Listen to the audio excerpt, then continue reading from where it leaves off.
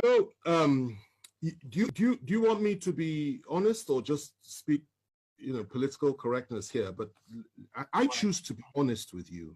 I choose to be honest with you, and for me to be honest with you, I have to go back a little bit. But let me start with the situation that we're facing in this country today. If you believe that those that are in power in Nigeria today would ever contemplate the possibility of giving power to an Igbo man in 2023 or thereafter, then you still haven't fully understood the challenge and the problem that we have in this country today.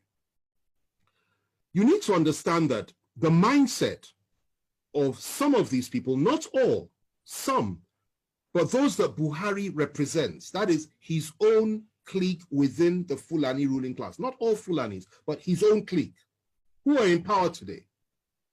Their mindset is that the most dangerous people in this country and the people that they must suppress more than any other are the people of the Southeast. And you need to understand that before the Civil War, and I need to go back in history because that's a damn good question and it deserves a clear answer, a thorough answer. Let's go back a little bit.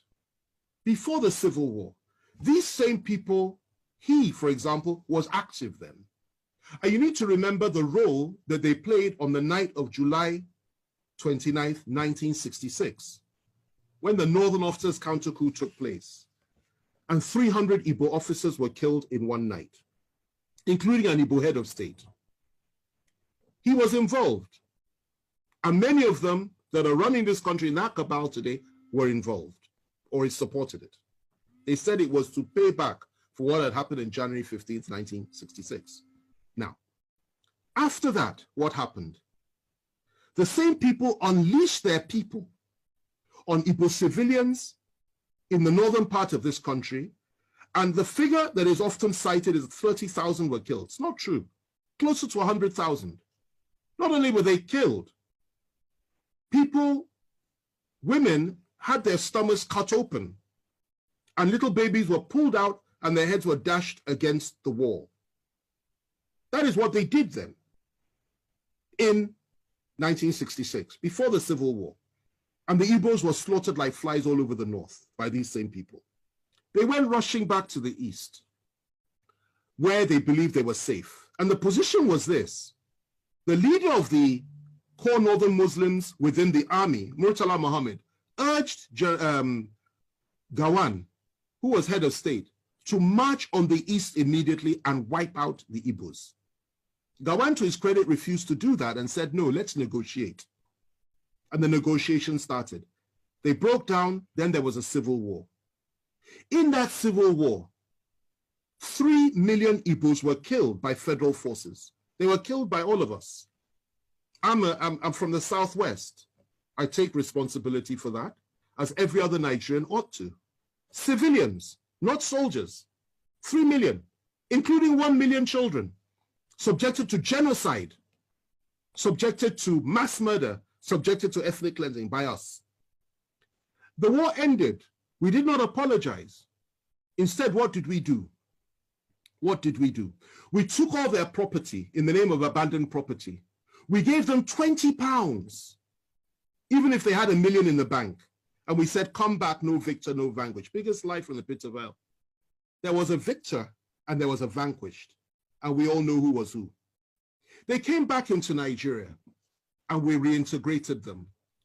But even with all the reintegration, no Igbo man could be trusted to be General Officer Commanding GOC until Obasanjo came to power in 1999. Igbos were not allowed to rise up within the military or in any power configuration in the country. It was something that was understood, that you never put an Igbo man in a position of real power. You can give him appointments, but you don't put him in a position of real power. Okay. Obasanjo came, made General Abiaku, I think his name was, GOC. And then from there, Jonathan came, he appointed an Igbo Chief of Army Staff. Okay? Yes. My wife is reminding me of the name, Ehejireka. You know, he appointed an Igbo Chief of Army Staff. Okay? And we thought things would go on that way. There would be a reintegration of the Igbos. And Obasanjo integrated many Igbos. People like Obi Ezekwesili, Andy Uba, so many came in and playing key roles, key positions.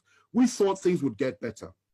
And unfortunately for us, though, in 2015, everything changed because Nigerians elected, in quotation marks, a man that had, again, I say it again, a different worldview and went back to the pre-1966 disposition and mentality of things. And that position was that Igbos cannot be trusted. Igbos have no rights. Igbos are members of the, he called them 5%, I believe, that didn't vote for him. And his mindset was he will teach Igbos the lesson of their lives. And he has done precisely that. If the killings had stopped then, I would have said, okay, fine. Everything we said is history. But sadly, it didn't stop. Igbo youths, IPOB youths, Igbo nationalists have been killed under this government. More have been killed than at any other time during this, apart from during the Civil War, under this government. Igbos have been hopelessly marginalized by the government. Igbos have been treated with contempt by this government. Not just Igbos, Southerners, Christians, and Middle Belters. They've added that one as well. And that's what's going on. And what the Igbos was subjected to by all of us in 1966 is what we are all being subjected to now by those that are around Buhari. Now, going to your question, given all that, before I come to that, let me just add this. IPOB says they want to have a referendum. They want the right to self-determine. And you label them as terrorists when none of them has ever carried a gun, as far as I'm aware. I was in prison with Nnamdi Kanu. I had extensive discussions with him. I got to know him. I understood his mindset, and I could feel his pain for his people. Yet they say they want to have a referendum. You say they're terrorists. Meanwhile, those that are butchering our people every day in the name of ethnic domination and hegemony, in the name of furthering the ambitions and the aspirations of Usman Dan Fodio and Sa'amadu Bello and Buhari himself, the three Mahdis, you don't call them terrorists. You pat them on the back, you refuse to arrest any of them. And you say what they're doing is okay. You encourage them, okay? And the same you, free Boko Haram terrorists, the same you once said that you want to apply Sharia all over the country. The same you said Muslims should only vote for Muslims. The same you says an attack on Boko Haram is an attack on the North. The same you has said so many things which implicitly are on line and on all fours with the Boko Haram philosophy. These are the people that have been ruling us for 5 years. And the same you has empowered the Fulani to a point that they have everything now. And you really believe that those people in 2023 will sit down and say that they will allow a situation to arise whereby the one they hate the most can possibly take power in this country? They will not allow that to happen. Now, if you ask me what I think that would be the way forward as an individual. That if you really want to appease the Southeast, indeed the people of the South, why on earth not? Why shouldn't we have that? But the reality is that those that control the levers of power are diametrically opposed to that philosophy. They don't pretend not to be. They will never deny it. And they're not even hiding it. So they won't allow that to happen. What they will tell you at the very best is possibly will give vice presidency to the Southeast. And in a situation like that, if they did that, and the northern president came to power, and something happened to him, I assure you they will never let an Igbo man take power. It's their mindset. Even the one that's there now, the Yoruba man that's there as VP. If anything happens to Buhari, I doubt very much they'll let him take power. The position that they have adopted is that power must remain in the north, in perpetuity for as long as possible. And they have rationalized it over and over again. So that's the situation that we're in. But left to me, two things. The first thing is this. That would go a long way to heal the wounds of the past, an apology for what we did to the Southeasterners and to the Igbos during the Civil War. Secondly, proper compensation and reparations for what we did to them. Thirdly, to now openly come forward and say, let an Igbo man be president of Nigeria, because they've never had an elected Igbo, we've never had an Igbo man leading us with power. Let it happen. That is what I would suggest. That's the first one. The other one is this. If it is, you know, you can't do that. And if it is that the time for that has passed, because many Igbos will tell you, particularly those that share the philosophy of people like Nnamdi Kanu and even Masop philosophy, they will tell you they're not interested in that anymore.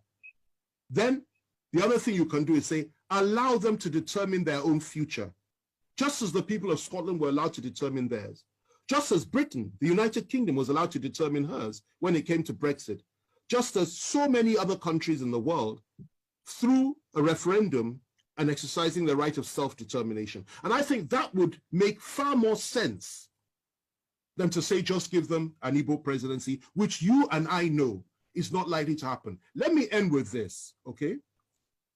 We are approaching 2023. Some in the Southwest, specifically Bola Tinubu, believes that his party will field him.